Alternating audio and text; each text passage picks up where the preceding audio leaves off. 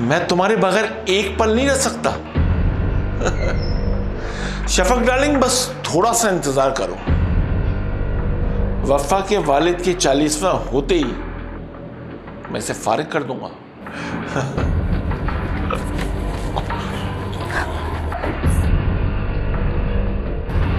हाँ, मैं तुम्हें फोन बाद में करता हूँ। हाँ, थोड़ी देर में।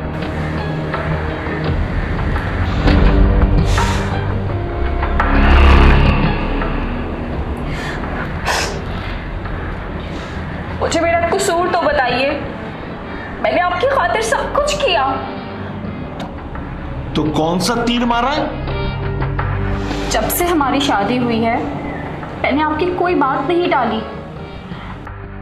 आपकी हर पसंद नापसंद का ख्याल रखा है। खाना भी अपने हाथ से बनाती हूँ, ससुराल वालों की खिदमत भी करती हूँ।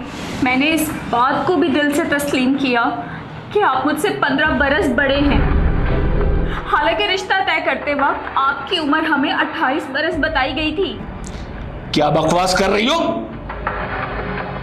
पिछले 6 माह से रात गए घर लौटते हैं, बात बात पे खफा हो जाते हैं, कालम गलोच पर उतर आए हैं, यहाँ तक कि मुझ पे हाथ भी उठाने लग गए हैं। ये सरासर ज्यादती है। आप यकीनन किसी शफक के इश्क में मुब्तला हो चुके हैं। क्या कर लोगी? हाँ बताओ। मेरी मर्जी, मैं जिस लड़की से चाहूं बात करूं। अगर मैं ऐसा करूं तो आपको कैसा लगेगा?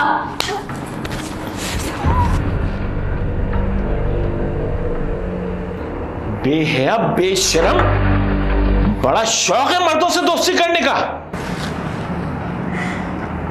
मैंने आपके बहुत जुल्म बर्दाश्त किए हैं। अब मैं चुप नहीं रहूंगी। आपके पूरे खानदान को बताऊंगी। तुम्हारे बताने से पहले तुम्हें फारिग कर रहा हूं। मैं तो तुम्हारे बाप के इंतकाल की वजह से एहतरामन चुप था। मैं सिकंदर हयात वफा अब्दुल करीम, मैं तुम्हें तलाक देता हूं। मैं तुम्हें तलाक देता हूं। मैं तुम्हें तलाक देता हूं। तलाकनामा भी तुम्हें जल्द भिजवा दूंगा। अब मेरी नजरों से हमेशा के लिए दफा हो जाओ।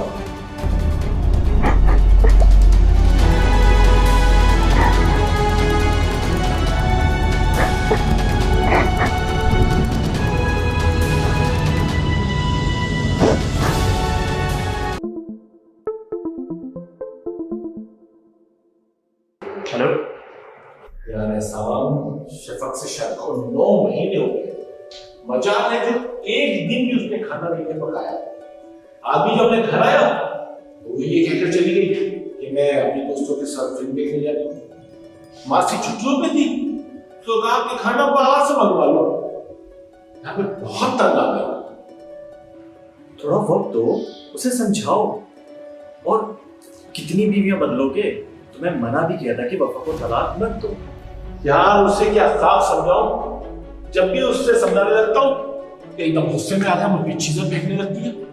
एक दिन तो मेरा सर फटते फटते बचा है, और जब कोई चीज भी मिलती तो एकदम मेरे जिस्म पर रोशनी लगती है। यार उसको घूमने फिरने और बनने समझने से फुर्सत नहीं। ये बात भी वाज़ेह हो गई है कि कई माशकें लड़ा चुकी हैं, वह शादी के लिए कोई राजी नहीं हुआ। मैं ही मेरा उल्लू था तो उसके दम में आ गया। थोड़ा सब्र करो, उसे शॉपिंग पे ले जाओ, ये फिल्म दिखाने ले जाओ, या फिर समंदर की सैर के लिए ले जाओ। यार जब तक घुमाते फिराते रहो, खिलाते पिलाते रहो, खुश रहती है, और जब घर में एकदम गुस्सा करने लगती है। पिछले दिनों मेरी अम्मी घर पर आई, उनसे इतनी बदतमीजी करी है, चाहे दूसरे दिन ही वो मेरे बड़े भाई के घर चली। वफा उनकी बहुत खिदमत करती है। और तो और तलाक देने पर अम्मा ने मुझे बहुत डांटा, क्योंकि मेरी आंखों पर तो शफक के फरेब मोहब्बत की पट्टी बंधी हुई थी। अच्छा यार, मेरा बॉस बुला रहा है, मैं बातें बात करूंगा। अच्छा, तुम्हारी शादी को सिर्फ 1 साल हुआ है, थोड़ा सब्र करो, शायद शफक भाभी को अकल आ जाए। यार क्या खाक अकल आएगी? वो तो उठते बैठते मेरी उम्र के मुझे ताने देती है। गालम गलोच रोज का मामूल है। उसकी दोनों बड़ी बहनों ने भी अपने शोहर को जूती की नोक पे रखा हुआ है। मैं अब मजीद बर्दाश्त नहीं कर सकता। मैंने शफक को कई मरतबा मर्दों से फोन पर बात करते हुए सुना है। ये शिकायत तो वफा भाभी को आपसे थी, यूं समझे मुकाफाते अमल है। यार मेरा हमसाया बता रहा था कि जब मैं बैंक जाता हूँ तो एक लड़का घर पर आता है और काफी देर तक रुका रहता है। ये तो बहुत तफ्तीश की बात है। यहाँ परेशानी के आलम में कल एक्सीडेंट होते होते बचा हुआ है। अब सिर्फ बात का एक ही हल है। क्या? मैंने मालूम किया है कि वफा अपने भाइयों के पास रहती है और अभी तक उसकी दोबारा शादी नहीं हुई है। तुम क्यों वफा की खोज लगा रहे हो, जबकि तुम अच्छे से जानते हो कि इस्लाम में 3 तलाकों के बाद दोबारा रुजू नहीं हो सकता। यार मैंने कल एक मौलवी साहब से मशवरा किया था, उन्होंने कहा इसका एक हल है। क्या? देखो, वफा से शादी हलाला कराने की खातिर हमें किसी ऐसे शख्स से उसकी शादी करनी पड़ेगी जो इस बात पर आमादा हो कि अगले रोज उसे वो तलाक दे दे। देखो इद्दत पूरी होते है, मैं दोबारा निकाह कर लूंगा। क्या आप पागल हो गए हो? क्या बातें कर रहे हो? क्या पता वफा ही ना माने। यार वफा कैसे नहीं मानेगी?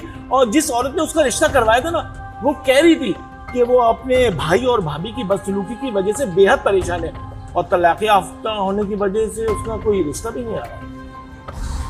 तुम मेरा एक काम कर सकते हो क्या? या तुम वफा से सिर्फ एक रोज के लिए शादी कर लो, सिर्फ एक रोज के लिए उसे अपनी बीवी बना लो। ये हरगिज नहीं हो सकता। तुम्हें ये तलाक देने से पहले सोचना चाहिए था। और तुम बखूबी जानते हो कि वालिद के इंतकाल के बाद बड़े भाई होने के नाते मेरी बहनों की शादी की जिम्मेदारियां हैं और अगले ही महीने छोटी बहन की शादी है। उसके बाद अम्मी मेरी शादी के बारे में सोच रही हैं। यार गलतियां बड़े बड़े दाना लोगों से हो जाती हैं।